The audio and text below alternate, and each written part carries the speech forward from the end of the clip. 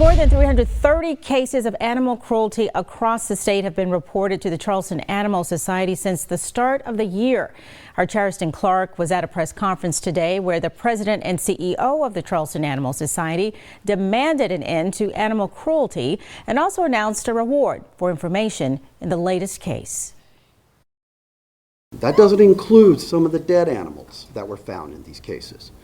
And these are the cases that we are aware of. The latest animal cruelty case this year, a dog named Bee. Deputies found her with a broken leg, shot in the head, and left to die in a ditch Monday afternoon off Highway 174 in Adams Run. With animal cruelty cases on the rise, activists like President and CEO of the Charleston Animal Society, Joe Elmore, need the public to speak up if they see an animal being abused. We have nationally certified animal cruelty investigators behind me.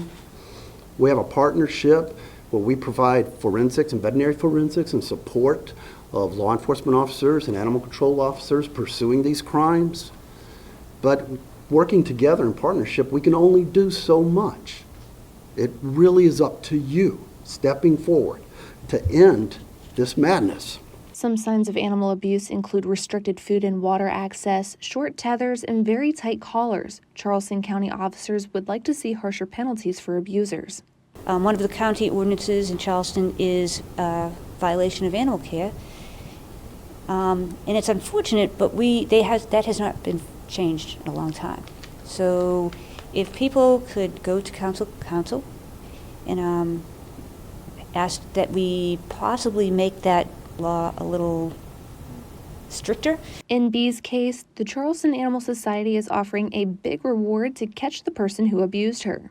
And that's why we're putting $10,000 out there as a reward for the felony conviction, of this perpetrator. While they couldn't save Bee, officers are hoping by shedding light on her case, they're able to save other animals just like her. Working for you, Charleston Clark, ABC News 4.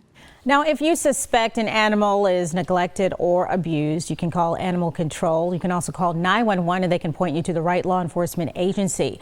Or you can go to the Charleston Animal Society's website to find out the safest way to report an incident.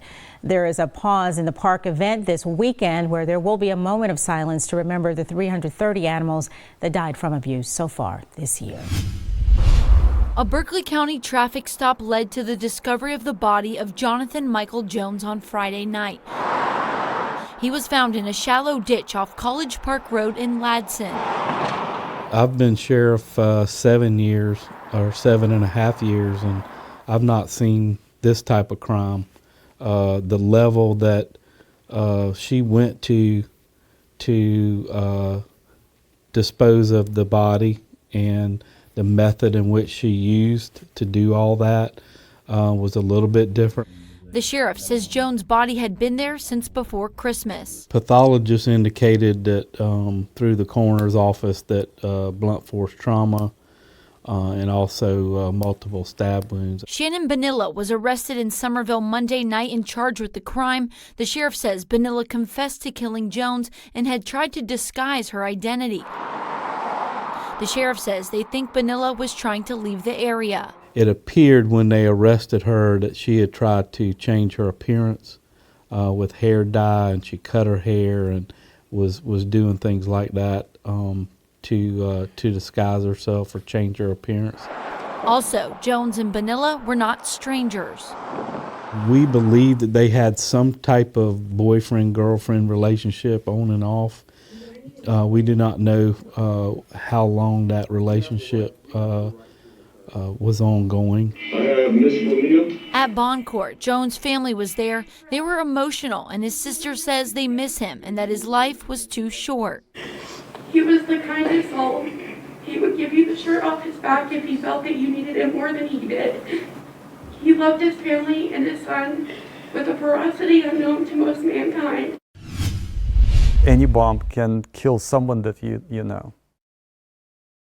And here in the Lowcountry, a Ukrainian man praying for relief and aid from Western allies to help those in his home country. In an emotional morning, President Zelenskyy telling Congress, quote, "We need you right now."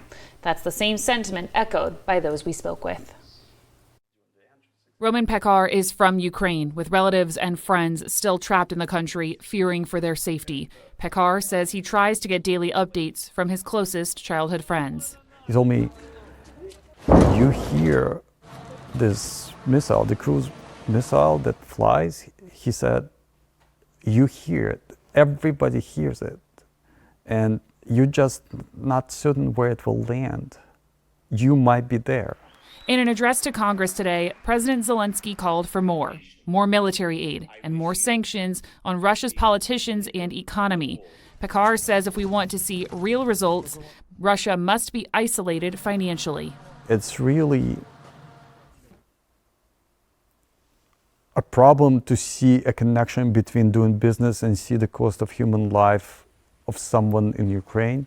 It's a feeling shared by Congresswoman Nancy Mace. We need thoughtful leadership on this, understanding that there is a domino effect, and to risk nuclear war, to risk World War III, which is why we need to exhaust every method known to man, every non-kinetic instrument available to us to isolate Russia economically.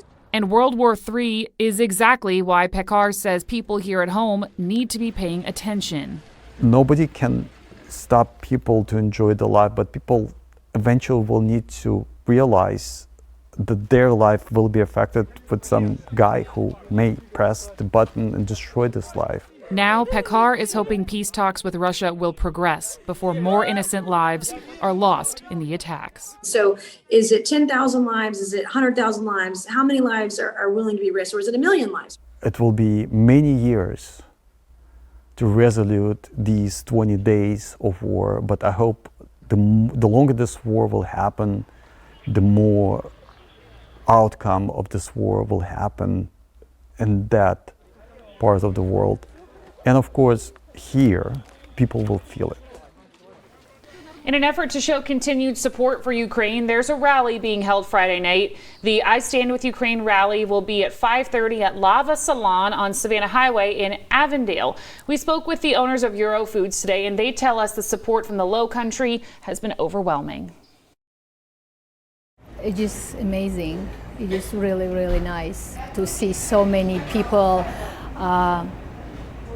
take that pain of Ukraine close to their hearts.